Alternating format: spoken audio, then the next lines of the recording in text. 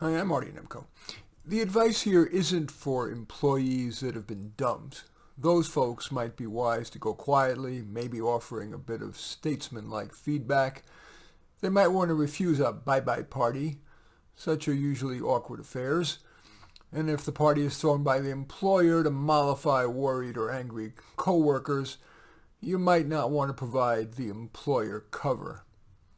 This little talk is for the person who spent some time in an organization and decided it's time to retire, whether for health reasons, fatigue of the accelerating BS, or the altruistic sense that it's a younger person's turn, someone who probably could do more good.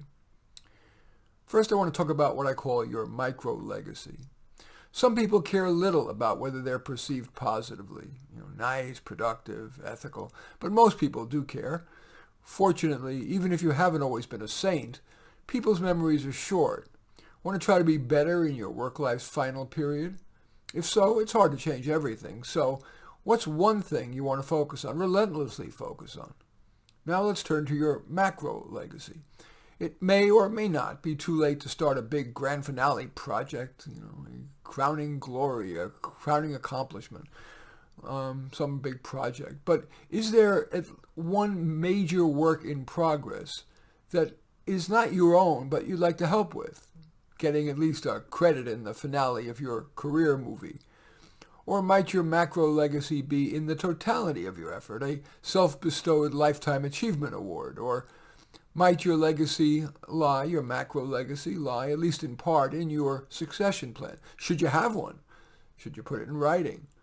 Should you have input into your replacement? Now let's turn to your goodbyes. As mentioned, gold watch parties tend to be awkward for everyone. If I were retiring, it would be the last thing I'd want. Rather, I would meet one-on-one with the people I cared about, share some memories, maybe propose visions and projects, maybe take a few of them out for a drink or even to my home for champagne or dinner. I would write an exit interview note to leadership with copies to everyone. Unless my workplace was hell, I would offer mainly positives, but some, quote, areas for growth, challenges. But I would state them tactfully enough to preclude unnecessary defensiveness, but state them directly enough to motivate action. Well, what's next then?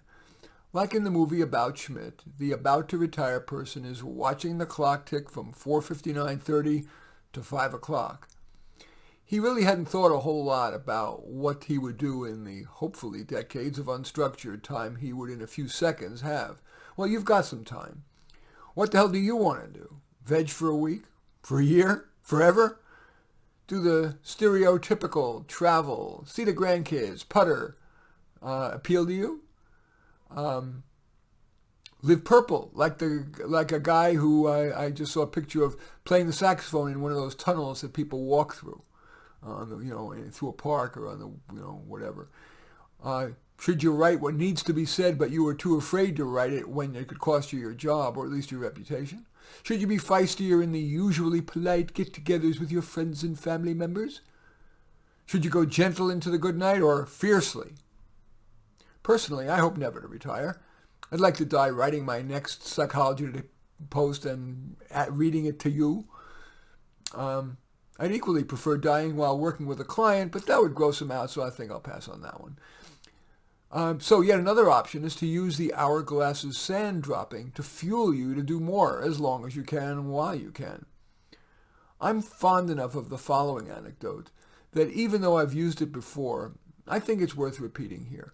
Isaac Asimov had published 450 books, and then an interviewer asked him, what would you do if you had 6 months to live? His answer? Type faster. Me too. But the important question is, what would you do? In any event, I do thank you for watching. I'm Marty Nemko. I welcome your thumbs up and accept your thumbs down. I always look forward to your comments and especially like it if you hit the share button below. Share on your social media so it can have broader impact. In any event, I do thank you for watching. I'm Marty Nemko.